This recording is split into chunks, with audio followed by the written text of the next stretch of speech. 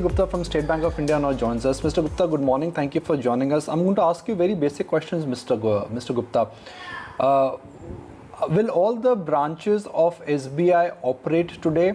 And what happens to digital transaction and other back office functioning because of the lockdown? Yeah, hi, good morning. I think what has happened is that there is nothing practically changes as far as in the lockdown, as far as what was announced by the Prime Minister yesterday.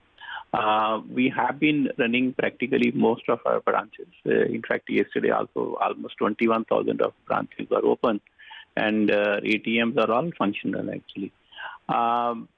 Digital transactions are up actually, and people have been making use of it. What has been really happening is at the local district level, there are authorities are issuing instructions to which branches can be open, how much staff they will be allowing.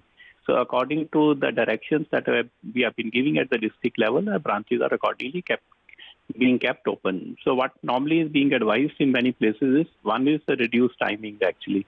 So normally the branches used to be open for 6 hours. Going forward, in many places, the branches have been told to be kept open for about 3 to 4 hours. The number of staff that is being permitted also is limited.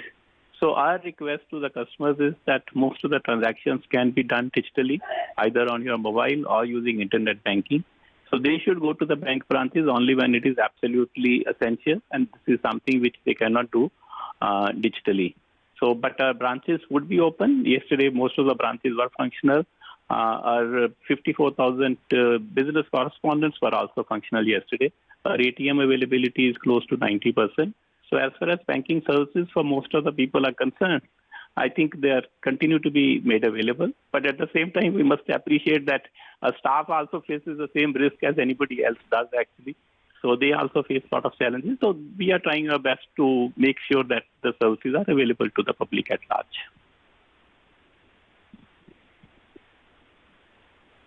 Given that a lot of migration automatically will happen to digital now, is the back office of SBI prepared to handle that kind of a digital overload? Yes, as of now, we haven't seen any problem there. I think our back office is very robust. We have a lot of redundancies already built into our system, and we should be able to take care of most of the digital transactions. As of now, we don't see any problem there.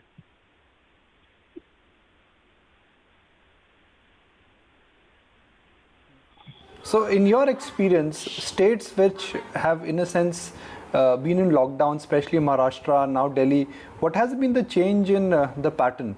Have you observed anything which you would like to point out, you would like to call out? In terms of the transactions that we see actually, typically on Monday we saw the number of transactions in the branches drop by about 50%. On Tuesday, there was another 50% drop. Today, in fact, is a holiday in many states, including Maharashtra, Andhra. A number of states, there is holiday today, actually. As I said, the district administrations in most places have been guiding our local branches and our regional managers there. And in consultation with them, all these operations have been carried out smoothly. So we haven't really seen much of a problem so far. As I said, there is no need for people to go to the branches to do any banking transaction. Almost everything can be done digitally. So we are seeing a little bit of a change, but I think let us see how it goes. We don't see as of now much problem.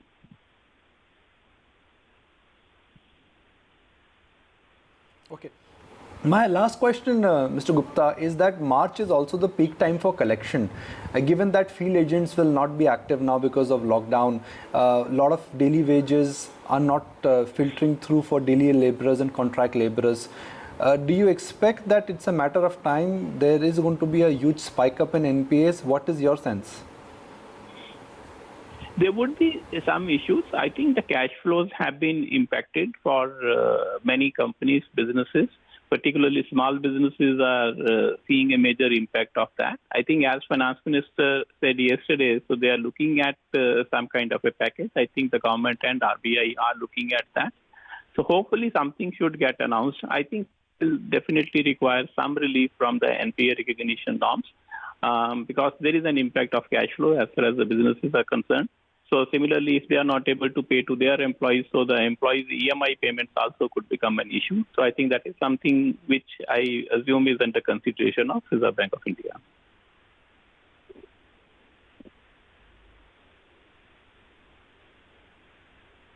Right. Mr. Gupta, thank you so much for joining us this morning and taking us through the current impact on operations. We also